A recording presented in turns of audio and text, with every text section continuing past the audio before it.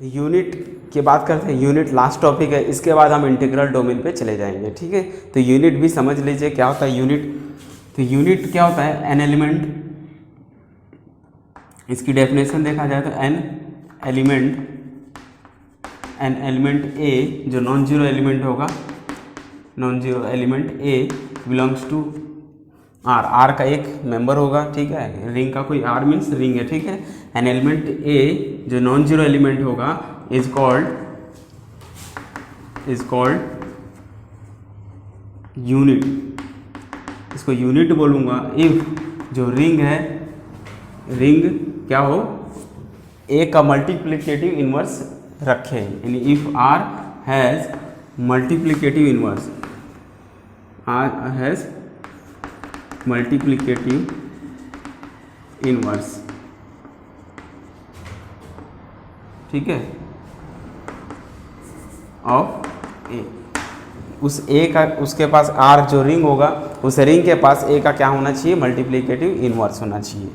इसको डिनोट करते हैं यू ऑफ आर से, यानी कि रिंग का यूनिट। इसको कैसे डिनोट करते हैं, तो यू आर के अंदर में ऐसा ए आएगा सच दैट, कहाँ किसका मेंबर होगा, ये भी आर का ही मेंबर, आर मीन्स रिंग का मेंबर होगा, सच दैट कि A inverse exist in are, ये भी रिंग में इनवर्स भी एग्जिस्ट होगा, तभी इस ए को मैं यूनिट में लिखूंगा। यदि जिसका इनवर्स एग्जिस्ट होगा, वो भी कौन सा इनवर्स, दो टाइप के इनवर्स होते हैं भाई, मल्टीप्लिकेटिव इनवर्स और एक एडिटिव इनवर्स।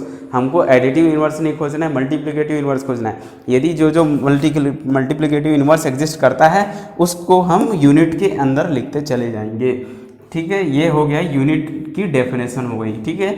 और उसको हम लेना है, हमको नॉन जीरो एलिमेंट लेना है। जैसे मैं बात करूं कि जेड आप सभी जानते हैं ये रियल नंबर का इंटीजर्स का सेट होता है, जिसके पास जीरो होते हैं, +-1 +-2 +-3 एंड सो ऑन होते हैं, इस तरह के एलिमेंट होते हैं इनमें। अगर मैं इसमें यूनिट की बात करूँ तो इसमें यूनिट कौन होगा, जिसका इनवर्स एग्जिस्ट होगा।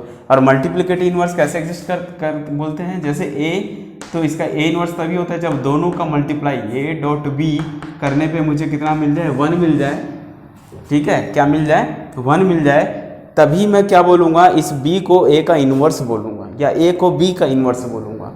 समझ में आ रही, दोनों को मल्टीप्लाई करने में मुझे आइडेंटिटी यानी कि 1 मिलना चाहिए। बताइए इसमें ऐसा कौन सा मेंबर है जिसका मुझे मल्टीप्लाई करूँ मुझे 1 मिल जाए, तो 1 एक। तो अगर मैं यूनिट की बात करूँगा, यूनिट ऑफ जेड की यूनिट की बात करूँगा, तो इसके अंदर में वही एलिमेंट आएंगे, रिंग के ही आएंगे, सच दैट जिसका इन्वर्स एग्जिस्ट होगा आर में। तो देखिए 1 का इन्वर्स 1 ही होता है कि 1.1 करने पे 1 मिल जाए, इसका मतलब 1 एक मल्टीप्लिकेटिव इन्वर्स रखता है, तो यूनिट के अंदर में चला जाएगा कौन, मेरा 1 चला जाएगा। आगे बढ़ते हैं, नॉन जीरो लेना नहीं है। दूसरा, अगर मैं -1 की बात करूंगा तो देखिए -1 का मल्टीप्लिकेशन इन्वर्स क्या, -1 को अगर मैं -1 से मल्टीप्लाई करूंगा तो 1 मिल जाएगा। इसका मतलब -1 भी मेरा क्या है, मल्टीप्लिकेटिव इन्वर्स रखता है, तो यानी कि -1 भी इसमें आ जाएगा। बाकी और कोई भी एलिमेंट उठाते हैं उसका मल्टीप्लाई करोगे, जिंदगी में 1 नहीं आएगा। बात समझ आ रही है। सिर्फ 2 ही ऐसे एलिमेंट थे जिसका मल्टीप्लिकेटिव इन्वर्स जेड में एग्जिस्ट था, तो इसके यूनिट कौन कौन हो गए, तो यूनिट ऑफ जेड के 1 और -1 हो गए। अगर मैं रैशनल नंबर की बात करूं, किसकी बात, अगर मैं रैशनल नंबर का बात करता हूं, तो देखिए हम देखते हैं कि यूनिट अगर मैं बोलूं क्यू का बताइए, तो क्यू के पास तो रैशनल नंबर है, डिवाइड में अगर 2 है तो 2 का मल्टीप्लिकेटिव इन्वर्स कौन होता है, 1/2, क्योंकि इसको सॉल्व करने पे मुझे 1 मिल जाता है। 3 का 1/3, -3 का 1/-3, तो कहने का मतलब क्या हुआ, एवरी एलिमेंट का क्या हो गया, इन्वर्स एग्जिस्ट हो गए, मल्टीप्लिकेटिव इन्वर्स एग्जिस्ट हो गए, बस अर्थ हमको किसको लेना है, 0 को तो लेना नहीं है। इसका मतलब यूनिट ऑफ क्यू की बात करूंगा तो वो मेरा बन जाएगा एक क्यू स्टार, और क्यू स्टार मतलब क्यू माइनस सिंगलटन 0, ये भी बोल सकते हो। पूरा का पूरा क्यू आएगा, बस 0 नहीं आएगा, 0 को आप माइनस कर दीजिए, या फिर क्यू स्टार भी बोलते हैं। यूनिट ऑफ रियल नंबर की बात करूँ तो इसका भी बोल सकता हूँ आर स्टार, या फिर आर माइनस सिंगलटन 0, ये इसके पूरे यूनिट होते हैं। यूनिट ऑफ कॉम्प्लेक्स नंबर की बात करूँ तो ये भी मेरा क्या बनेगा, सी का स्टार बनेगा। क्लियर है, तो ये है हमारे यूनिट जो क्यू आर और सी के बने थे, ठीक है।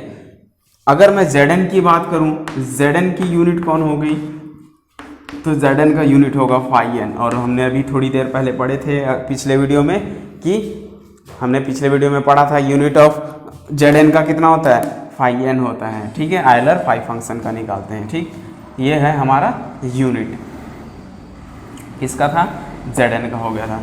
इसी प्रकार अगर मल्टीप्लाई देखते हैं,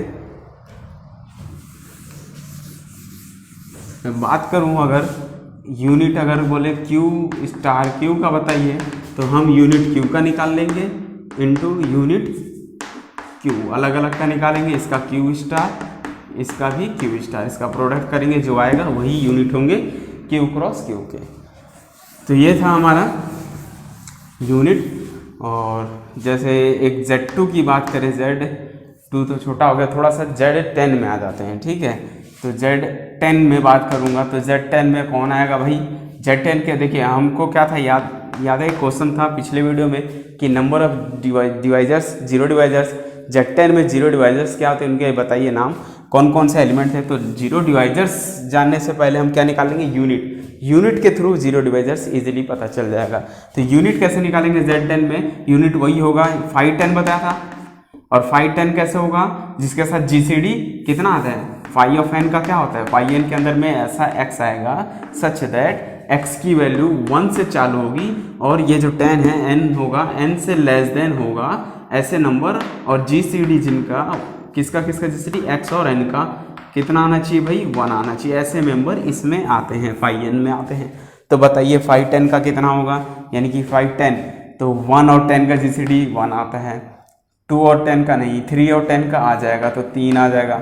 ठीक है, फिर ये मैं क्या निकाल रहा हूँ, यूनिट निकाल रहा हूँ। क्लियर, 4 10 का नहीं, 5 10 नहीं, 6 10 नहीं, 7 आ जाएगा, 8 9 आ जाएंगे। तो ये जो मेंबर हैं हमारे, ये जो बना है देखिए, ये क्या बना है आपका, ये है आपका यूनिट, इसको बोलते हैं यूनिट है, यूनिट ऑफ किसके, Z10 के, यूनिट मिल गया Z10 के।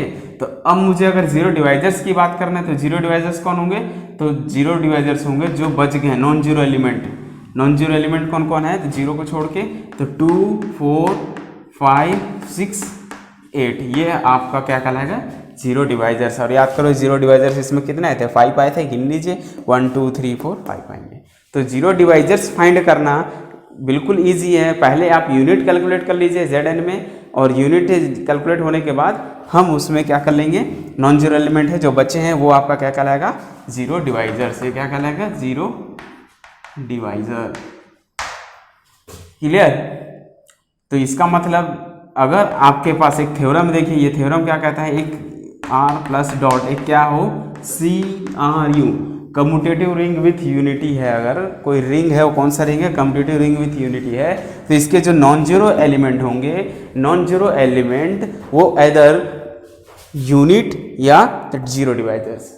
तो कोई भी commutative ring, any commutative ring with unit के जो मेंबर होते हैं, वो सारे मेंबर नॉन जीरो एलिमेंट को छोड़ के वो सारे मेंबर या तो जीरो डिवाइजर्स होंगे या तो यूनिट होंगे। देख लीजिए Z10 में कौन होते हैं, Z10 की बात करा जाए तो Z10 में देखिए कौन थे, 0 1 2 3 4 5 एंड सो ऑन, ऐसे पूरे 9 तक थे। तो देखिए इसमें जीरो को छोड़ के, नॉन जीरो एलिमेंट को छोड़ के बाकी सारे एलिमेंट या तो जीरो डिवाइजर्स होते हैं या तो हमारे यूनिट होते हैं। तो देख लीजिए आधे मेंबर इसमें हैं, आधे मेंबर इसमें हैं।